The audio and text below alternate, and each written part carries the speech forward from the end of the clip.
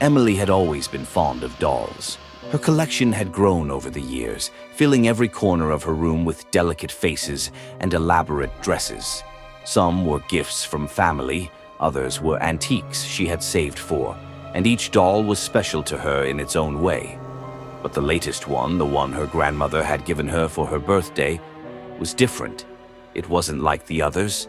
It was an old handmade doll, much more fragile than the rest.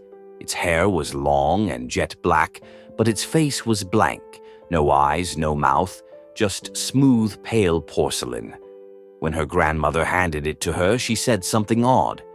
"This doll has been passed down for generations, but it's been asleep for a long time. Be careful not to wake it." Emily had laughed at the warning, assuming it was just one of her grandmother's stories. That night, she placed the faceless doll on her nightstand and drifted off to sleep. But in the middle of the night, she woke suddenly. The room was still, the house silent except for a soft whisper, faint and barely audible. "Emily." Her eyes fluttered open and she sat up, heart racing. The whispering stopped. She glanced around her room, her eyes landing on the dolls that surrounded her. They stared back with their painted smiles, frozen in their perfect postures. Everything seemed normal, except for the faceless doll. It remained on the nightstand, unmoving, its smooth, blank surface reflecting the pale moonlight. She shook off the unease and went back to sleep. The next night, the whisper returned. This time it was louder. "Emily, I see you." Her eyes snapped open. The voice was close, so close, but there was no one in the room. Her heart pounded in her chest as she slowly turned her head toward the nightstand. The faceless doll sat exactly where she had left it, still and lifeless. But the air around it felt different, heavy, oppressive. It was as if something was standing beside it, watching her. She couldn't explain it, but the feeling of being observed was undeniable. She jumped out of bed and shoved the doll into her closet, slamming the door shut. It was just a toy, she told herself. There was no reason to be scared.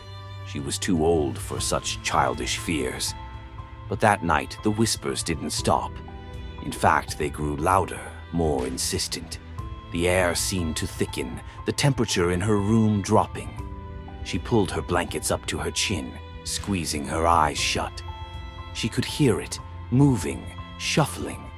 Not just a whisper now, but the faint sound of something dragging across the floor.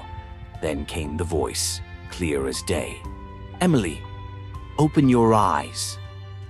Her heart stopped. She lay perfectly still, her eyes squeezed shut, but the presence in the room grew stronger.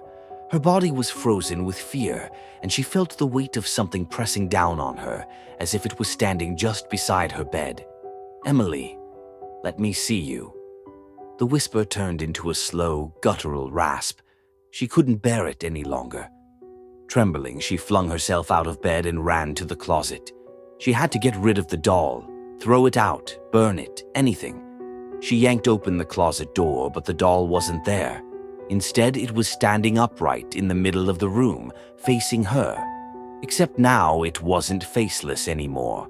A crude, childlike face had appeared on its once blank surface. Eyes, a nose, and a twisted smile, all drawn in what looked like black charcoal. The smile was wrong, too wide, too sinister. The eyes, though crudely drawn, seemed to glisten as if they were alive, watching her every move. Emily backed away, her stomach churning with fear. She knew this couldn't be real. Dolls didn't move. Dolls didn't whisper in the dark. The doll took a step toward her. "Why did you take my face?" the voice croaked, its tone low and menacing. "Now I'll take yours." Before Emily could scream, she felt her body lock up, paralyzed. The room spun, her vision growing dark. The last thing she saw was the doll's smiling face, growing larger as it advanced on her. The next morning, Emily's parents found her lying in her bed, her eyes wide open but unseeing, her face as smooth and blank as porcelain.